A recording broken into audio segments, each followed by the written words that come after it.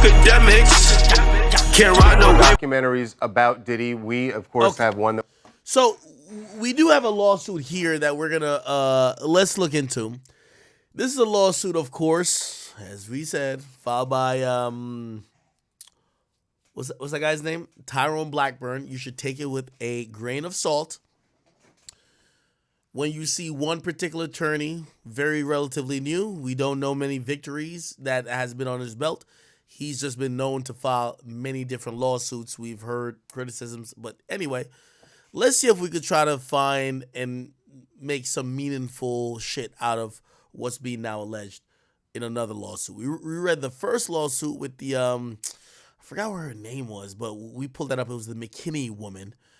We pulled that up. She claimed that Diddy forced her to like give him head. She claimed she wasn't with it. But this is another lawsuit from someone called April Lampros. Okay, she's filing a lawsuit with Tyrone Blackburn as the attorney, claiming that he also sexually assaulted her. Right. April Lampros versus Sean Diddy Combs, blah, blah, blah, blah, blah. You see they always put in, like, the record label Sony Music Entertainment. And let's see. You'll see signed right here. T.A. Blackburn, which is Tyrone Blackburn, okay? Anyway, let's see if we can go through this quickly. I don't want to spend too much time on this, but the plaintiff, Lampros, is bringing this action to seek injunctive, declaratory, and monetary relief against the defendant in the violation of the Victims and Gender Motivated Protections Law, which is a Gender Motivation Violence Act. Now, here's the thing. This lawsuit here... Rapper Sean Kingston. Stop it. Let me go here real quick. Lawyer... for workers. Here we go.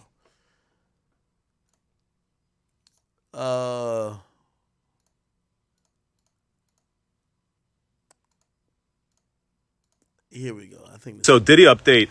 That story floating around that Diddy paid $50,000 to the hotel to buy that tape. No. Let me see. Has he talked about the other ones? Yo, what? No. I thought he did. It's my man. Lawyer for workers. The most interesting things about these two new lawsuits against Diddy, two things. First off, what you see is what's real, what's powerful. The eyes, Chico, are everything. If you see that video and then the women come forward, right? Cassie settled her lawsuit. You hear about 30 million. You hear about Me Too. No. Those women were not ready to come forward. But when they saw the video, they're like, all right, now I'm ready. Now people are going to believe it. Number two, that lawsuit is bought under something called the Gender Motivated Violence Act. They're claiming that sexual assault is an act of violence motivated by one's gender. It's a good claim. But what's very important about that claim, in New York, you can bring that claim for the next year or so, even if it happened a very long time ago. Time limits are very tight and strict and are different in each case and depend on your circumstances. If you have a sexual assault case in New York that might be very old and you're wondering, can I still bring it today? Hit my line. Okay.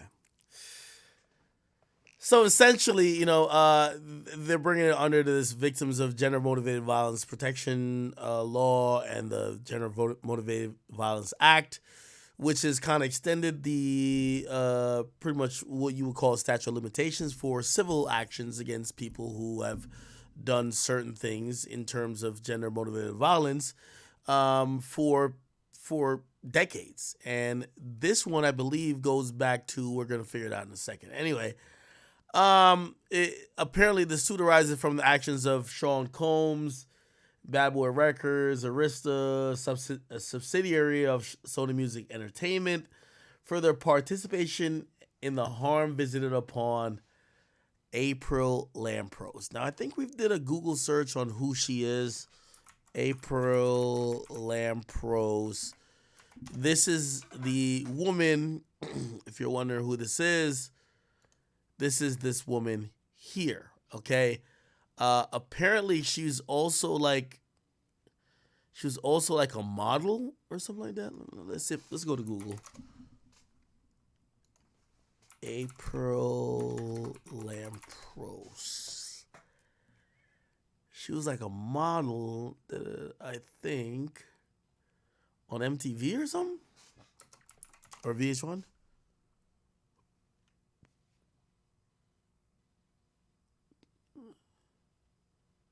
Let's see if I can find who she is.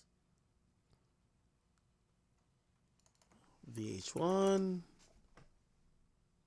Okay, here we go.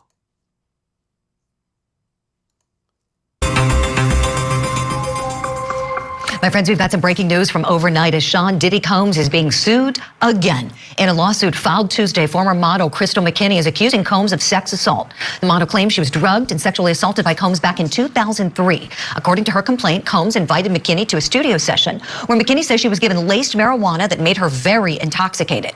She says Combs then began kissing her without her consent and forced her to perform oral sex on him. McKinney claims she then lost consciousness while at the studio, but later woke up in a taxi cab. This is the 7th lawsuit filed against Combs since November of 2023, and this is the 6th lawsuit that accuses him of sex assault. Our question this morning, how is Diddy going to handle this new suit? Let's bring in our power panel. Okay, before we get to that, we have the lawsuit here, so it's the 7th suit. Okay, let's read through a couple things real quick. April Lampros is a Caucasian female and United States citizen who was at all relevant times and relevant to the action resident and off and domicile, which means she lived in the state of North York. What state is North York? Chat. Is there a state in the United States called North York?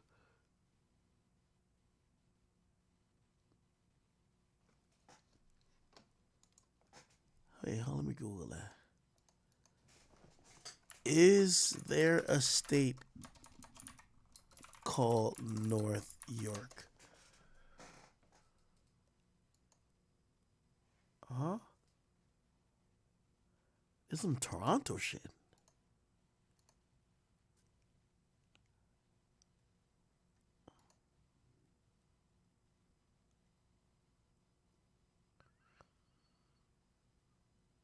Huh?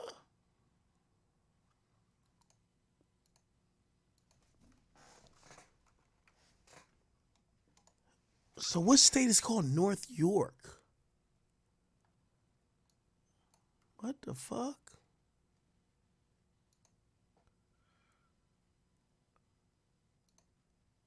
Okay. Give me 1 second. I think I accidentally closed the thing. I gotta go to Megan Cuniff again. If you want to see the whole lawsuit, go to Megan Cuniff. Scroll down, click here, scroll down, read full complaint here, right there. Okay, so North York, where is that at? Oh, I know where North York is at. She was living in the state of North York. Okay, whatever. Mr. Combs is a United States citizen and was at all-time resident and domiciled in the state of New York. So one's North York and one's New York. Okay. Upon information and belief, Mr. Combs is currently domiciled in both California and Florida. Upon information and belief, Mr. Combs divides his time equally between both states. Upon belief, AR is a global music company headquarters at blah, blah, blah, blah, blah. Okay. During the relevant periods, John and Jane Doe's 1 to 10 are currently unknown individuals. Okay, so they just mentioned a bunch of unknown individuals and unknown corporations for 10. Okay, let's get to it. The court has personal jurisdiction over the defendant under and consistent with the constitutional requirements, due process, in that the defendant acting directly or through his agents or apparent agents committed blah, blah, blah, da, da, da. Okay, summary of factual accusations, allegedly. Upon information and belief, Miss Lampros met Mr. Combs in early 1994. So 1994, that's 30 years ago. Right? Am I tripping? No, that's 20 years ago. No, that's 30 years ago. 1994 is 30 years ago, right? Let me see. Let me Google it. If I was born in 1994, how old would I be now? It's 30. Yeah, so it's 30 years ago. Cool. Upon information that they met in 1994, which is 30 years ago, which is after the birth of his first son, Justin Dior Combs. At the time, she was a college student and studying fashion and marketing. To impress her, Mr. Combs would often invite her to Bad Boy recording studios in New York City. When she met Mr. Combs, she shared with him her dreams of working in the fashion industry, and Mr. Combs promised to mentor her and help her by introducing music and fashion industry executives, as well as assisting her with finding work. Mr. Combs love bombed her, showered her with gifts, flowers, as evidenced by one of her cards that accompanied the flowers that Mr. Combs sent her for Valentine's Day 1994. It says, "Happy Valentine's Day, love, Puffy." Okay. Mr. Combs went as far as to invite her to his first Father's Day celebration. The invitation to that event is below. It says, "Dear friends, on July 19th, 1994, Bad Boys Entertainment would like for you to come and join us in celebrating the original Bad Boys' first Father's Day celebration. For this occasion, there is a dress code. No jeans or sneakers will be permitted. This spectacular event will be held at the Capitol located at blah, blah, blah, and it will begin promptly at 10. Will go until, oh, it didn't say end time. Please come early to avoid any inconvenience. For further information, you can contact the Office of Bad Boy Entertainment, blah, blah. Remember, the dress code will be strictly enforced, so dress your best. Thanks for your support." June 19th. Okay, a month after the Father's Day event, he invited her to an exclusive Bad Boy party with performance by Usher, Craig Mack, and Notorious B.I.G. I guess this was the performance invite. By the way, let me ask y'all a question. Is it odd to y'all that invitations from 30 years ago is still being kept in mint condition? She has a Father's Day invite, mint condition. Keep in mind, I don't think they were sending this in email. This looks like a picture of a actual booklet, right? This looks like a picture of an actual booklet. She has all these in mint condition from 30 years ago. Okay. Could be coincidence. Upon information, Mr. Combs displayed as kind gestures quickly manifested into aggressive, coercive, and abusive relationships based on sex. The acts were not only isolated to the state of New York, as Mr. Combs would fly her to Atlanta to see him, where they would spend time together. Miss Lampros would also fly to Miami to see Combs at his home. So she's saying she saw him in New York, Georgia, and Florida. Okay. Upon information and belief throughout the years with Mr. Combs, there were 4 terrifying sexual encounters she endured. What? According to her, he had a terrible temper and often threatened to harm her if she failed to do what he said, if he witnessed her talking to other men, or if she failed to take his phone calls. According to her, she was not allowed to talk about her relationship with him to anyone because he did not want anyone to know he was seeing her because she is a white woman. Oh, wow. Sexual assault encounter 1. Oh, my God. The first horrific sexual encounter occurred in 1995 when she met up with Mr. Combs in the south of Houston Street, Soho, at a bar. She was introduced to a woman named Redacted, and the group lightly drank throughout that evening. At the time, she was a college student and did not drink alcohol. Due to Mr. Combs' delusion and violent outbursts, she succumbed to the pressure and reluctantly drank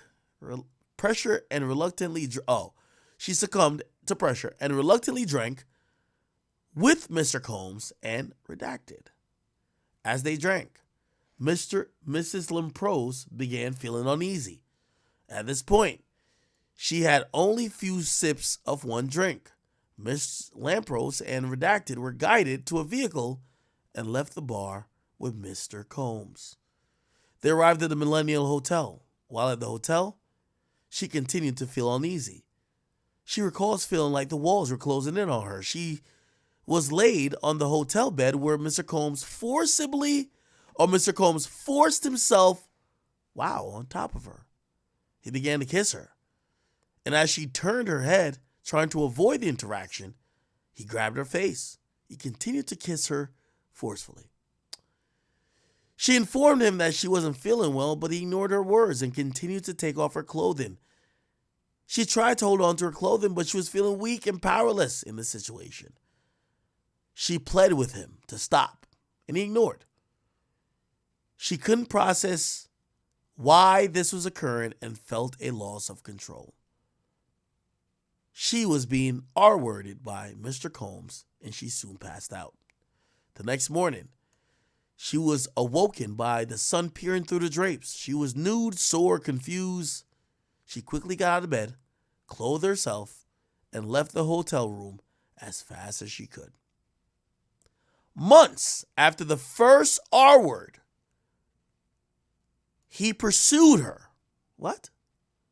He sent her gifts, cards, and flowers. Used his power and access to the music industry events to lure her back to him.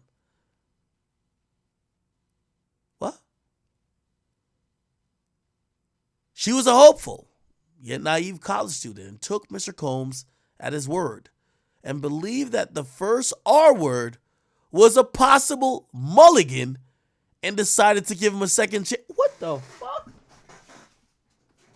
Wait. Nigga, I must be drunk. Months after the first R word, Combs pursued her, sent her gifts, cards, and flowers, and used his power to lure him back to her, or lure her back to him. She was hopeful and naive and took him at his word and believed that the first R word was a possible mulligan? Is this Madden? And decided to give him a second chance? Shreddy? Wait, hold on. What in the fuck? At this time, she was a college student in her late teens and early 20s. Her decision to return to Mr. Combs after being R-worded is indicative of many assault survivors who return to their abusers. Mrs. Lampros agreed to meet with Mr. Combs to discuss the business opportunities he promised, as he knew her passion was to pursue a career in fashion and music. They met up and talked near his Manhattan apartment, which was somewhere near 30th Street at that time. She was under the impression that what had occurred months ago prior between them would never happen again. She was holding on to Mr. Combs' promises of access to his industry to pursue her passion. Mr. Combs was respectful, regained her trust, and used her common interactions with Arista Records, parent company of Bad Boy Records, and as Mrs. Lampros was an intern there, things seemed to be normal between the two until the second incident of R-word. Huh?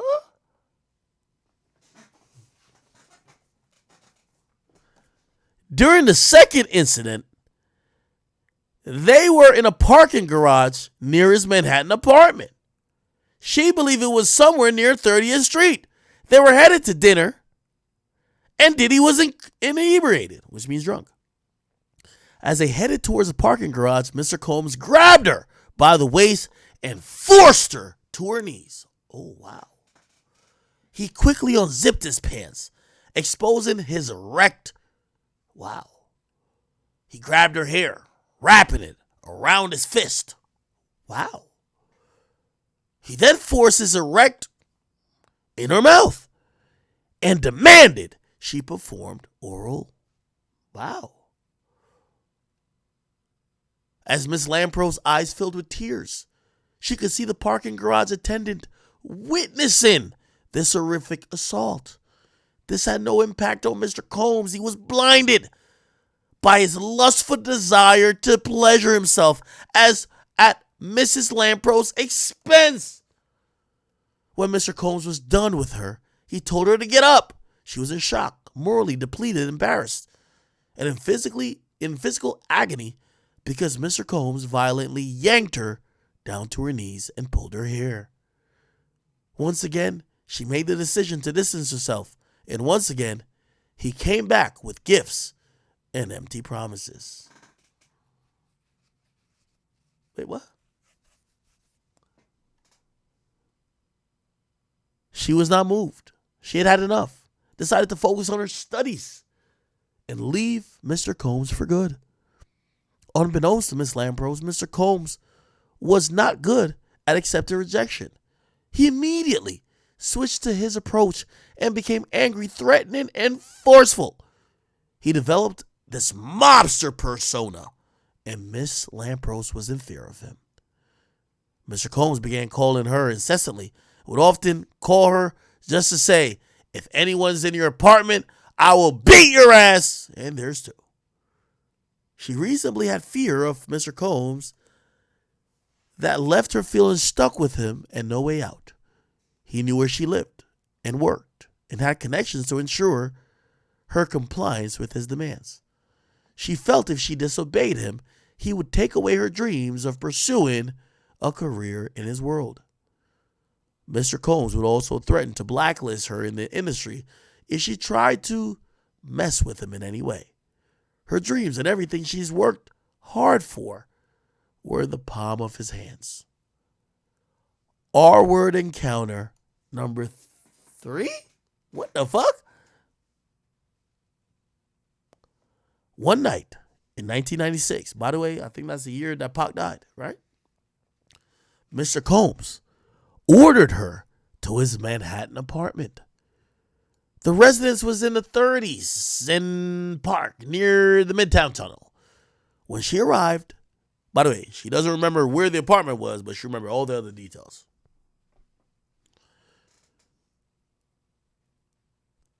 Okay. When she arrived, Kim Porter, oh my God, Kim, and 2 other people were present. Mr. Combs introduced the women.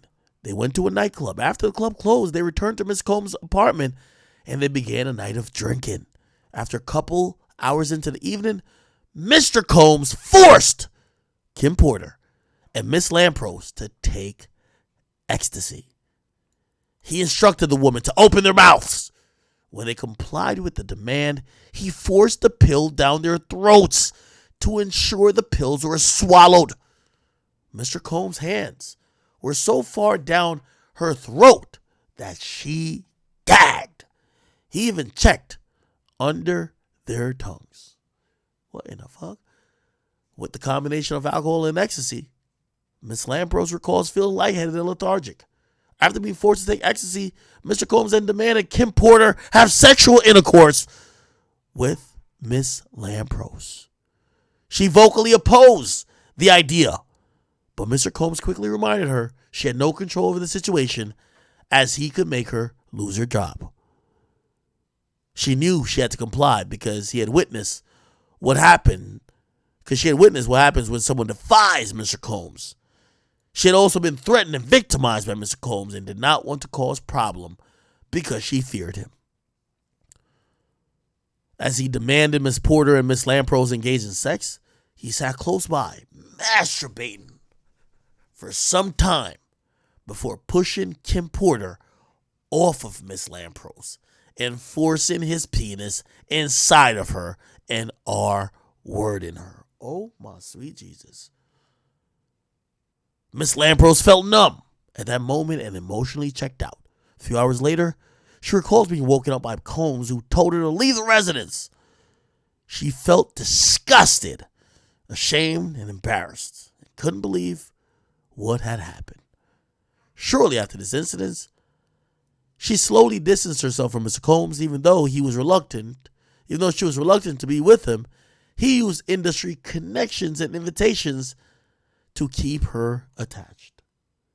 He went as far to invite her to Kim Porter's birthday celebration. Okay, I can't read this right here, but it says December 16th, 1997. Wow.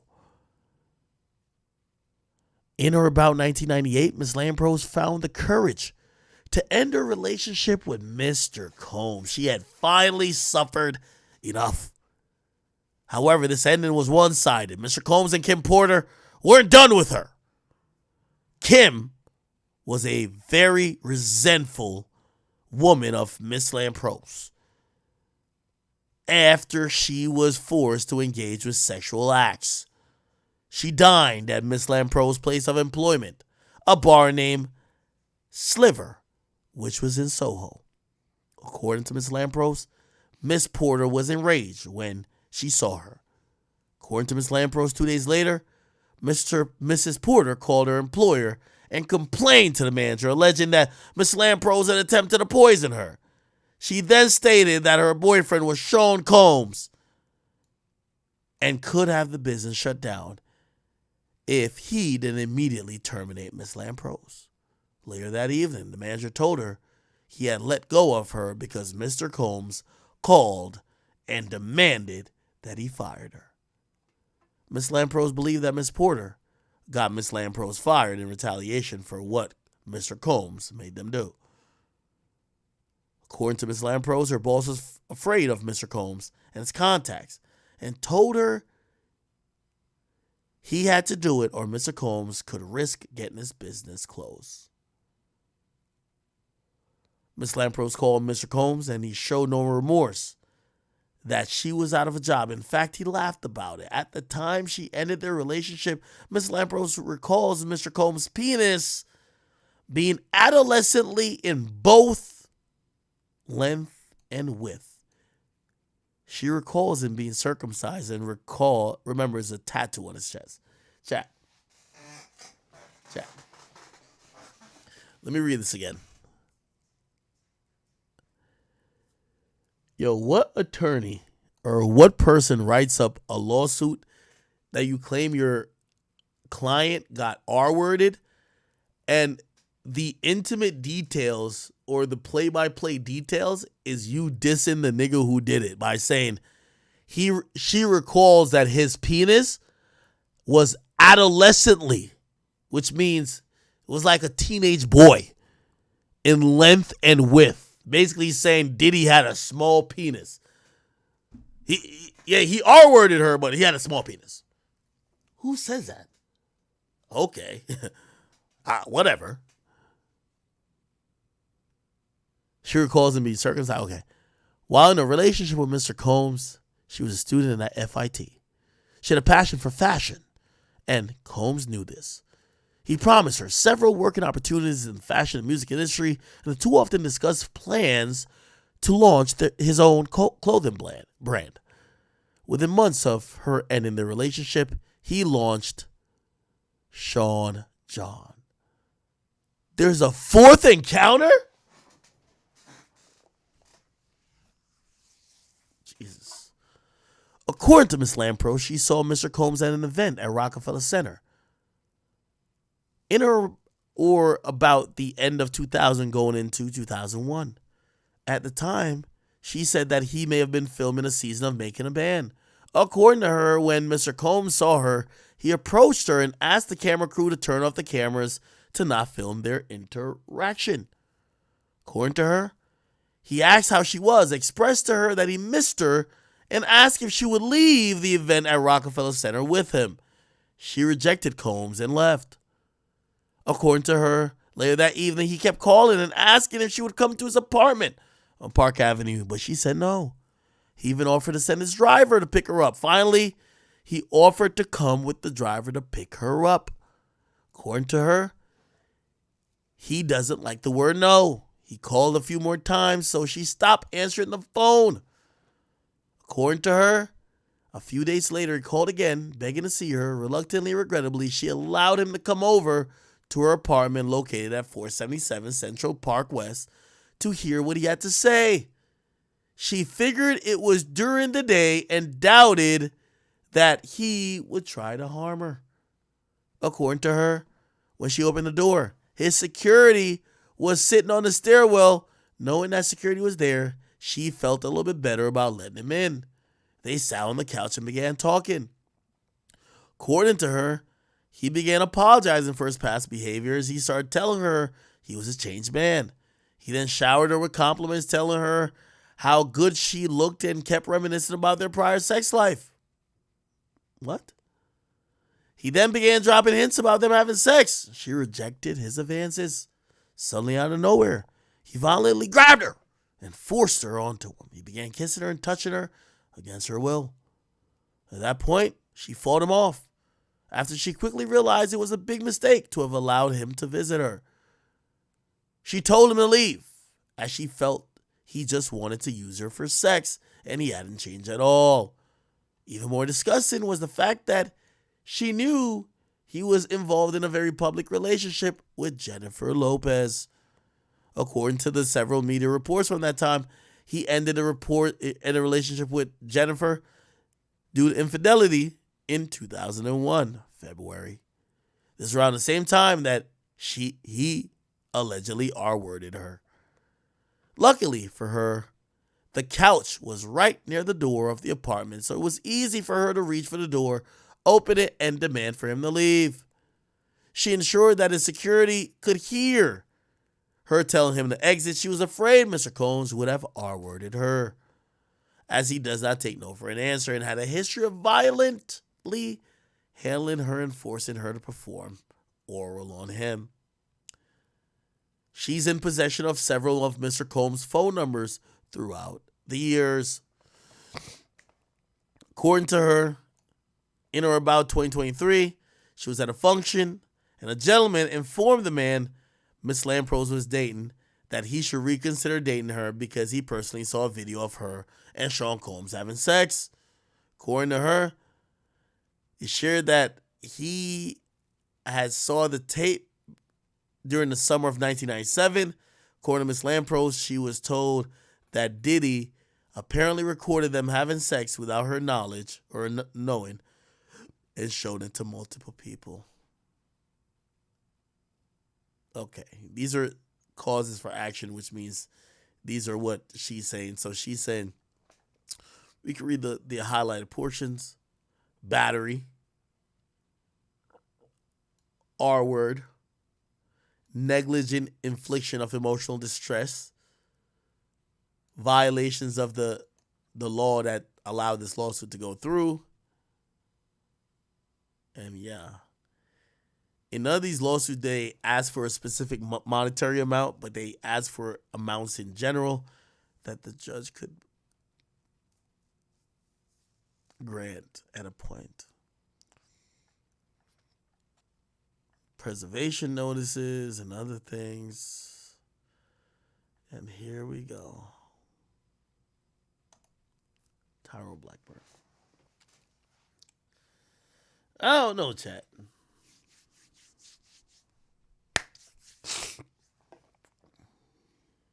Seems a little odd, but who knows?